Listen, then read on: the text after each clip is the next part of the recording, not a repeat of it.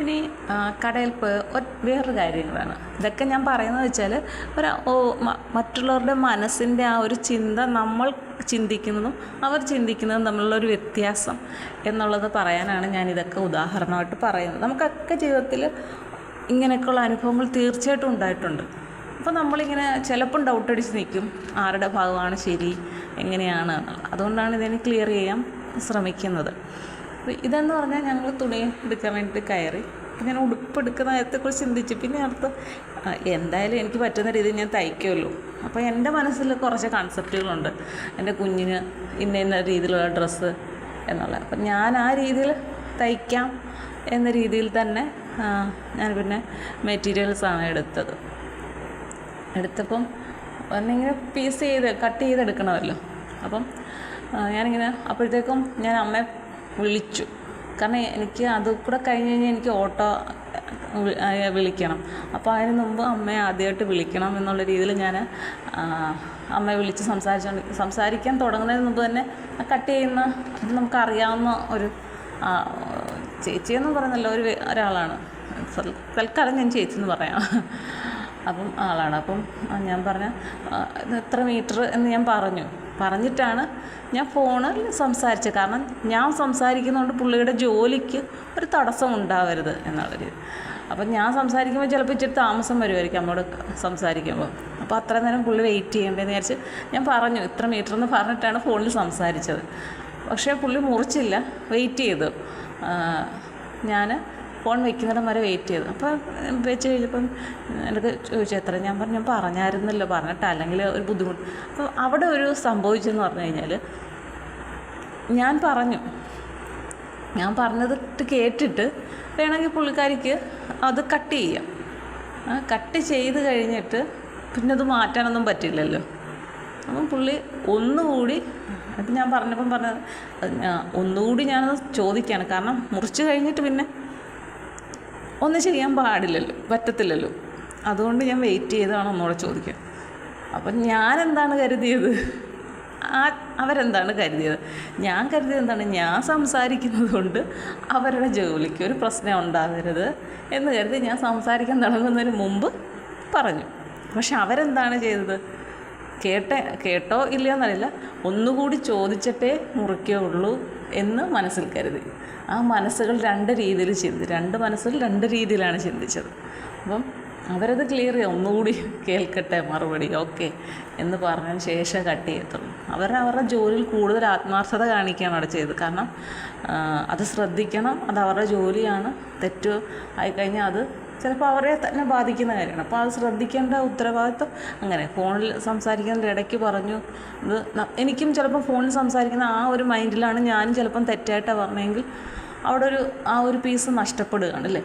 അപ്പം ആ രണ്ട് രീതിയിലുള്ള മനസ്സുകൾ ഇങ്ങനെ കൂടിക്കുഴഞ്ഞു.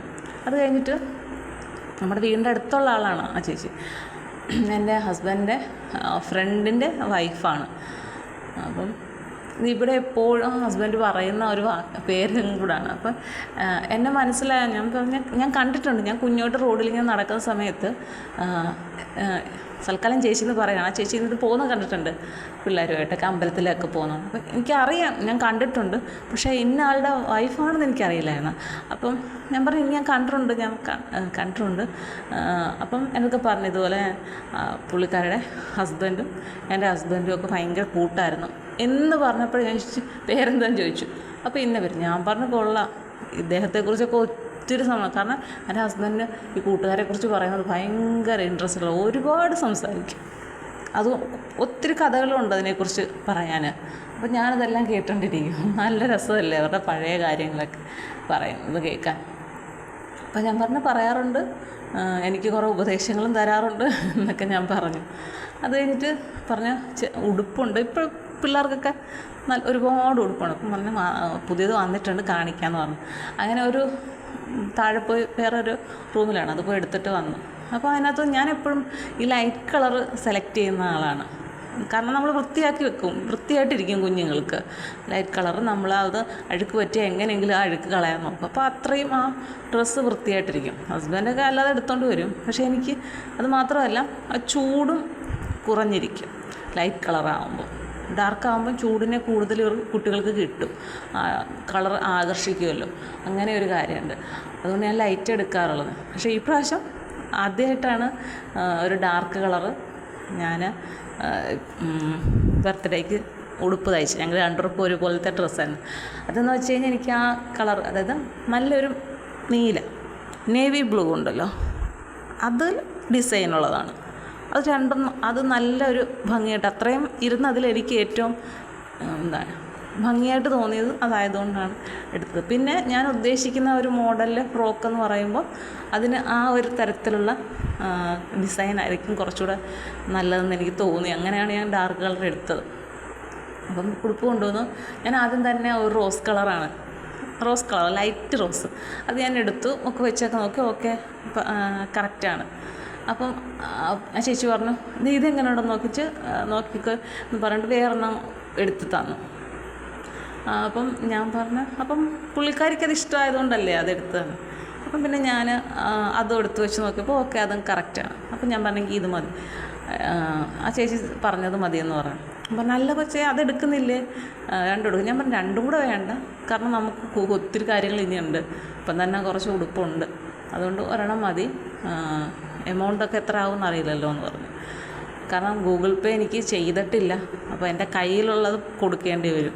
അപ്പം പിന്നെ എനിക്ക് പിന്നീട് ഇത് ബുദ്ധിമുട്ടാവും. അങ്ങനെ ഞാൻ പറഞ്ഞ ഇത് മതി എന്ന് പറഞ്ഞു. അപ്പം പറഞ്ഞ ഇല്ല, ഞാൻ പറഞ്ഞതേ ഉള്ളൂ. ഞാൻ പറഞ്ഞു അങ്ങനെയൊന്നുമില്ല, നമ്മളൊക്കെ സ്വന്തക്കാരല്ലേ, നമ്മളെല്ലാവരും സ്വന്തക്കാരല്ലേ, ഓരോ നാട്ടുകാരല്ലേ, അപ്പം ഇഷ്ടപ്പെട്ടിട്ടല്ലേ പറഞ്ഞത്, കൊള്ളാമെന്ന്, അത് സാരമില്ല എന്ന് പറഞ്ഞിട്ട് ഞാൻ ആ ചേച്ചി പറഞ്ഞ തന്നെ സെലക്ട് ചെയ്തും കൊണ്ടുവന്നു. അപ്പോൾ എനിക്ക് തോന്നുന്നു അങ്ങനെ നമ്മളൊരു ചില സമയങ്ങളിൽ ചിലർ നമുക്കൊരു സജഷൻസ് തരുമ്പോൾ, അത് ഒരു വലിയ കാര്യങ്ങൾക്കെന്ന് പറയുന്നില്ല, ചില കാര്യങ്ങൾക്ക് അവരുടെ ഇഷ്ടങ്ങളും കൂടെ നമ്മളൊന്ന് അറിയുമ്പോൾ അവർക്കും സന്തോഷം, അത് നമ്മൾ ചെയ്തിട്ടാണെങ്കിൽ നമുക്കും ഒരു സന്തോഷം. കാരണം മറ്റൊരാൾക്ക് ഒരു സന്തോഷം ചെറുതാണേലും കൊടുക്കുക എന്ന് പറയുന്നത് അത് നമുക്കൊരു ഭാഗ്യം തന്നെയല്ലേ. അപ്പം അങ്ങനെ ഒരു കാര്യം കൂടി ഉണ്ടായി. ഓക്കെ.